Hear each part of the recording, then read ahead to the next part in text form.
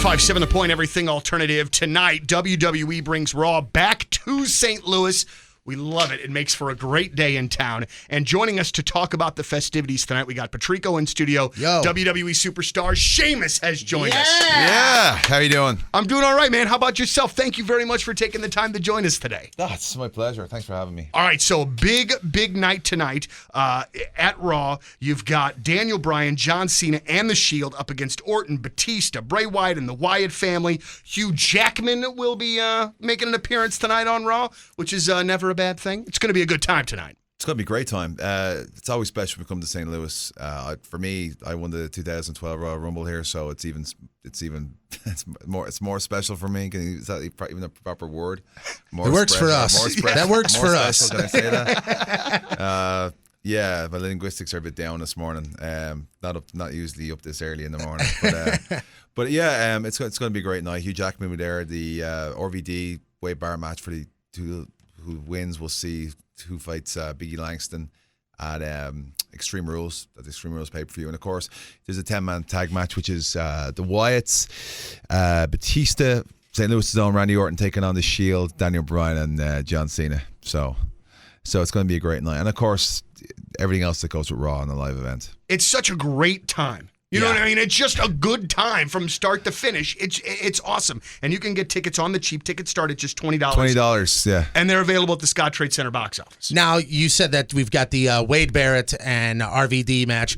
It's got to be tough for you to watch that. It really does. Is that a match where you're just going to check out, or is it something you're going to be watching closely? Yeah, I'm fine. I mean, I enjoyed the match with Wade last week. I thought we had a great match. Mm-hmm. And it's always fun wrestling him. We actually got signed together. Him and Drew McIntyre all got signed together at the same time. So I'm happy he's doing really well. I really felt they dropped the ball on Wade with after the Nexus stuff, because he's pretty much one of the best guys on the mic. He's witty and he can go. Bad News Barrett is fantastic. Yeah. It's one of my favorite things now.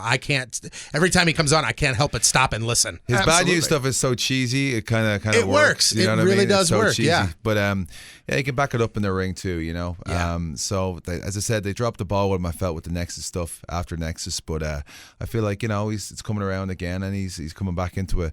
I mean, honestly, the IC Championship is a great championship, but for me, it's always been about the World WWE Championship. That's really the only one I look forward to getting or set my sights on. That's the ultimate goal. And speaking of the champ, let's go back just a bit and talk about Daniel Bryan and this Yes movement. Yeah. What do you think, as a guy, like what do you think has led it to this point? People just absolutely adore that guy and what's going on with him, man. I mean, the place goes crazy. Yeah, I mean, they got to know who he really is and what he's all about. I mean, I've known Bryan a long time. We've had some great matches for the U.S. Championship and then for the World Heavyweight Championship. And just, I spent a couple of UK tours where we just wrestled each other every night for 2 weeks, every time at different matches. And it's a lot of fun. I think everyone knows Bryan's a great guy. He's an underdog. He's a genuine underdog, or seen as that way. And he's a true fighter. He's got like a lot of grit in him. He's like a little terrier, you know what I mean? He just comes at you, and he gets a hold of you. You can't shake him off. And people admire that. They admire how hard he works, how much he does, and the punishment he puts his body through in the ring each and every week. You can't deny his ability and his talent. And I think people realize that now. It takes a long time for people to get to know somebody and know what they're about. I thought the Kane stuff he did with Kane as well was great, and the AJ stuff, and he's really come into his own, and he's proved that he's a world-class talent. I've always said he is. What do you think about Triple H bringing Evolution back?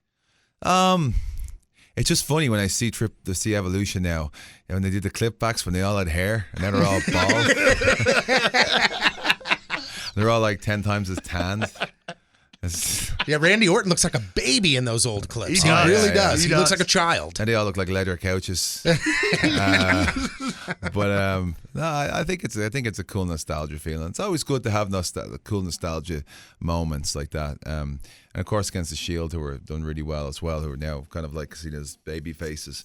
That's good for them as well, So I think it's a cool moment with Evolution and the Shield. I think it'll be an interesting match at Extreme Rules, and I'm looking forward to seeing what happens. Sheamus, do you have a new person, a newer superstar that you really enjoy? Is there somebody that you really like and root for, or somebody's? I'm trying to think if there. I mean, I'm trying to think any guys who've come up recently, like in the last 6 months. I mean, the Wyatts have been around now about a year. Shield have been down there for a year and a half. I mean, I was in NXT. I wrestled a guy called Aiden English, and I think he's got a lot of potential. He sings his own music to the ring. He's got he's a cool vibe, and you know, he's not the biggest of guys, but he's in good shape. But the thing is, like, he can go, like, he can be very aggressive, and that's as sometimes, you know, as an opponent for someone like me, I need someone who can be aggressive. I don't need someone who's just gonna like fall down and win with a hat, because people want to see a fight. And he brought it, man. I brought it to him, and he brought it back. And to me, that's what I love about getting in the ring. I love getting in with guys who can go. I can bring up that intensity. I think Adrian Neville is another guy from NXT who's got great potential. One of the best high flyers in the world, if not the best high flyer in the world. I mean, without a doubt. Like, you know, Rey Mysterio can do some great stuff, and Sin Cara, but like, this guy to me is just another level. Like, he's just incredible what he can do, and he's very talented. And once he finds his niche of who he really is, I think he'll be around for a long time. That's awesome. What's your role as an established superstar with the younger guys? I guess, like, you know, it's weird. Haven't even been on the road 5 years, and now sometimes I kind of feel like or people tell me I'm a veteran or whatever, but because of, you know, so much influx of young talent has come in over the last like 5 years, you know, that pretty much, if you look back at the roster 5 years ago and now, there's maybe 4 people left on that. Cena, Orton, Batista's come back. Triple H is no longer really active, you know. But there's Kofi maybe there. Kofi's there a little longer than me. But I try and help. I mean, I'll help anybody, you know. I want to get in the ring. I have some matches and live events. I enjoy it, you know. If I go to NXT, they ask me to NXT wrestle against whoever, I go down there and I do, and they ask any questions or any tips for them, I'll help them out, you know.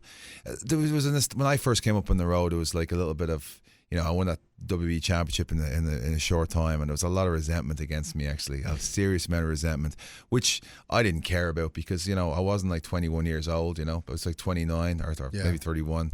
But so I'd been through all that crap before my other jobs, you know. I'd seen people have a go at you or whatever, jealousy, and trying to be, you know, obnoxious and trying to, you know what I mean, get you. But it's not like that anymore, you know. There was a couple of people there when I first started who were, you know, a little nasty, you know. Not that it bothered me, but, like, you know, who could be nasty, a couple of guys. Now that's all changed. There's a lot of great, like, camaraderie there, and there's no real, that doesn't really exist anymore. Everyone's out to help each other. I know in the past were stories of people like, oh, he's trying to take my spot and all that. That's not really there anymore. We're all working together to put on the best show, to build new talent. The more stars there are, I think it's realized now that the better the show is going to be, the more people are going to come, and the more stars that are there that people can relate to, because everyone's going to have their favorite. You growing up, you're going to have your favorite, you know. You're not always going to be a Hulk Hogan guy. I'm a Hulk Hogan guy, and, you know, Ultimate Warrior guy or whatever it is. You're going to be, you know, you're going to have much, you know, you're going to like Mr. Perfect, or you're going to like Rick Rude, or you're going to like Hacksaw. It's just, you know, that's really what's about, you know, because people relate to different superstars for different reasons. Yeah. The WWE Network has been, what a great find this whole thing is.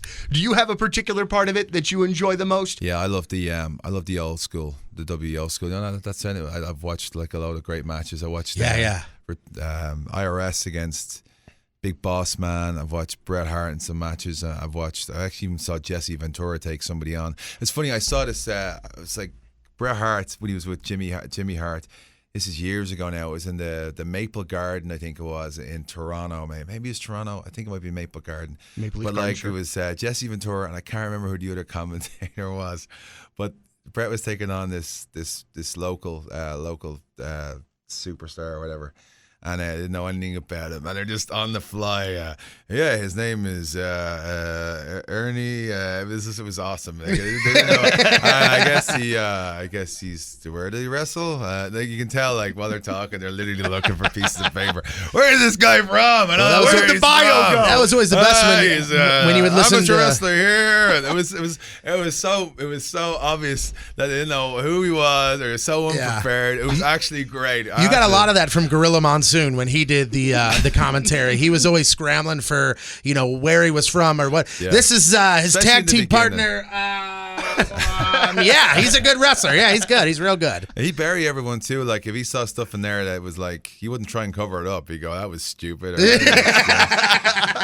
I think is good. It's Yeah. just, That's how it should be. It should be. Like, look, if you're watching any sports, you'll always like, what was he thinking? What was he doing? Yeah.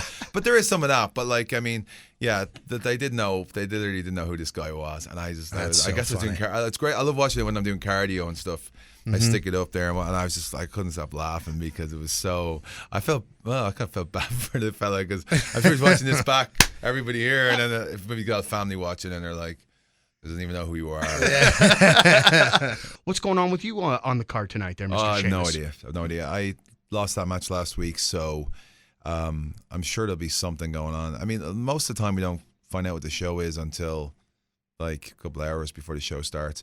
Especially with, like, it was different. Obviously, I had going into Raw last week, I knew I had Wade Barrett because that was set up that way, and I find that's as a fan too. I think.